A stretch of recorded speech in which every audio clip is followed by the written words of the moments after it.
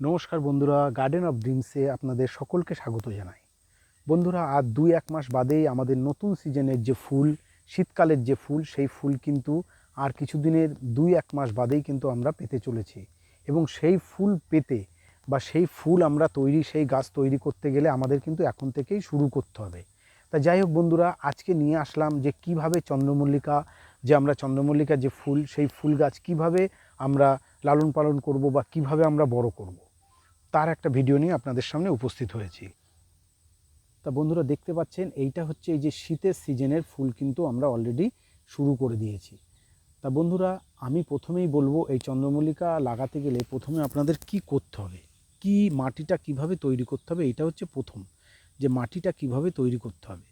বন্ধুরা, প্রথমেই বলবো যে গাছের কিন্তু এই যখন লাগানো হয় মাটিটাই কিন্তু মেন ব্যাপারটা হচ্ছে মাটিটা ঠিকঠাক করে তৈরি করতে পারলেই কিন্তু গাছগুলো, প্রত্যেকটা গাছ মানে খুব ভালোভাবে ফুল দেবে সারা বছর এবং সতেজ থাকবে।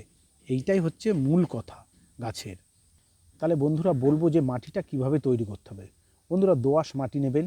দোআঁশ মাটি 60% নেবেন, মানে 60% দোআঁশ মাটি থাকবে, 30% থাকবে আপনার গোবর সার, আর 10% থাকবে বন্ধু আপনার এই যে তুষ দেখতে পাচ্ছেন, তার মধ্যে 5% তুষ থাকবে এবং 5% থাকবে হচ্ছে ভার্মি কম্পোস্ট।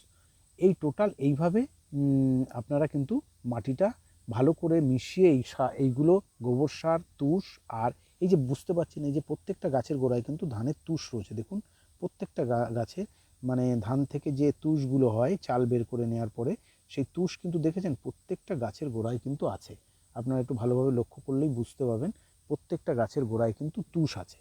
তাহলে বন্ধুরা, মাটি কি কি দেবেন আরেকবার বলে দিই। আপনি 50% মাটি দোআঁশ মাটি নেবেন, 50% দোআঁশ মাটি নেবেন, 40% নেবেন গোবর সার, আর 5% নেবেন তুষ, আর 5% আপনি দেবেন হচ্ছে ভার্মি কম্পোস্ট। এবার এই মাটিগুলো ভালো করে মিশিয়ে নিয়ে এই যে ছোট ছোট প্যাকেটে বা আপনাদের বাড়ি যদি ছোট টব থাকে তার মধ্যে আপনারা দিয়ে দেবেন। দিয়ে আপনাদের বাড়ি যদি মাদার গাছ থেকে থাকে, গত বছরের যে মাদার গাছ, আপনাদের বাড়িতে যদি কোনো মাদার গাছ থেকে থাকে, তাহলে মাদার গাছ থেকে সেই আগাগুলো কেটে কেটে কিন্তু এতে এই যে এইভাবে কিন্তু লাগিয়ে দেবেন। লাগিয়ে দিয়ে জল দিয়ে দেবেন বন্ধুরা। দেখতেই পাচ্ছেন লাগানো আছে, প্রত্যেকটা গাছ কিন্তু লাগিয়ে দিয়ে কিন্তু এই যে জল দিয়ে দেওয়া আছে।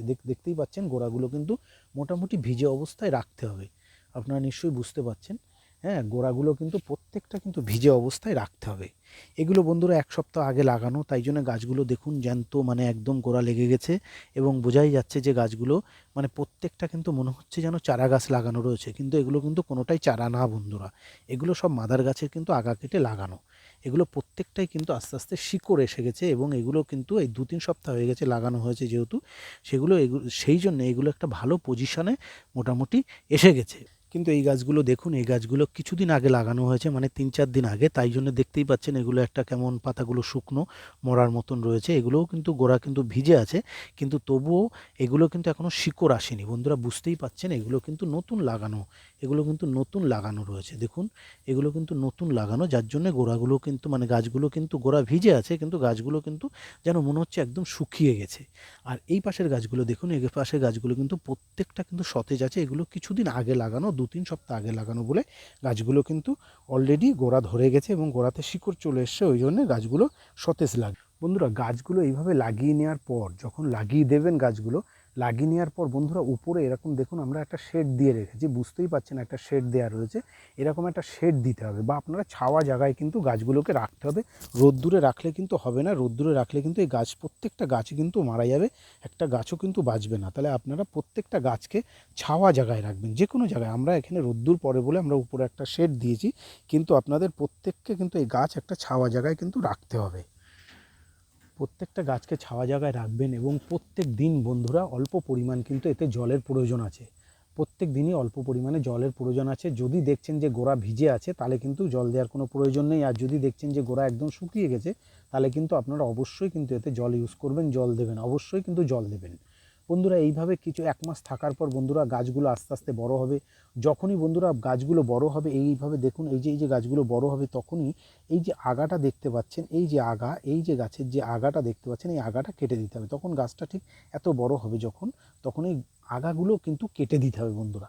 এখনই আপনাদের বলে দিই যে আগাগুলো কিন্তু আস্তে আস্তে যত আপনারা আগাগুলো কেটে দেবেন ততই কিন্তু গাছটা কিন্তু আস্তে আস্তে ঝাঁকড়া হবে। তখন আপনারা খাবার কী দেবেন বন্ধুরা, এখনই বলে দিই। খাবারটা দেবেন আপনারা হচ্ছে তখন কিন্তু খোল ভিজিয়ে 15 দিন অন্তর দেবেন, আর কিচ্ছু দেওয়ার দরকার নেই। 15 দিন অন্তর আপনারা কিন্তু খোল ভিজানো জল দেবেন, তাতেই কিন্তু আস্তে আস্তে গাছ কিন্তু বড় হতে থাকবে।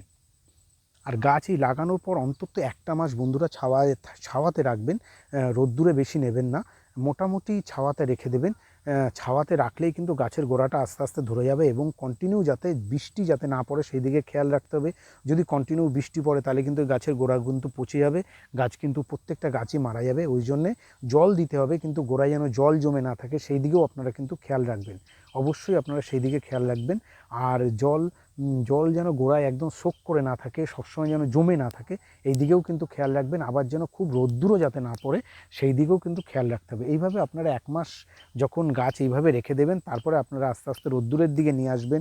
তারপরে গাছ যখন বড় হবে আগাগুলো কেটে দেবেন বন্ধুরা, কেটে দিলে আবার নতুন ব্রাঞ্চ বেরোবে, নতুন শাখা বেরোবে, সেইগুলো আবার কেটে দেবেন। এইভাবে আস্তে আস্তে কিন্তু গাছ ঝাঁকড়া হবে। এবং এই যে ছোট ছোট এইগুলো আস্তে আস্তে যখন গাছ বড় হবে, ছোট টবের থেকে আস্তে আস্তে কিন্তু এগুলোকে বড় টবে কিন্তু শিফট করতে হবে। এই ছোট টবেই কিন্তু রেখে দিলে হবে না, বা ছোট প্যাকেটে কিন্তু রেখে দিলে হবে না, এগুলো কিন্তু আস্তে আস্তে বড় টবে আপনাদের কিন্তু শিফট করতে হবে।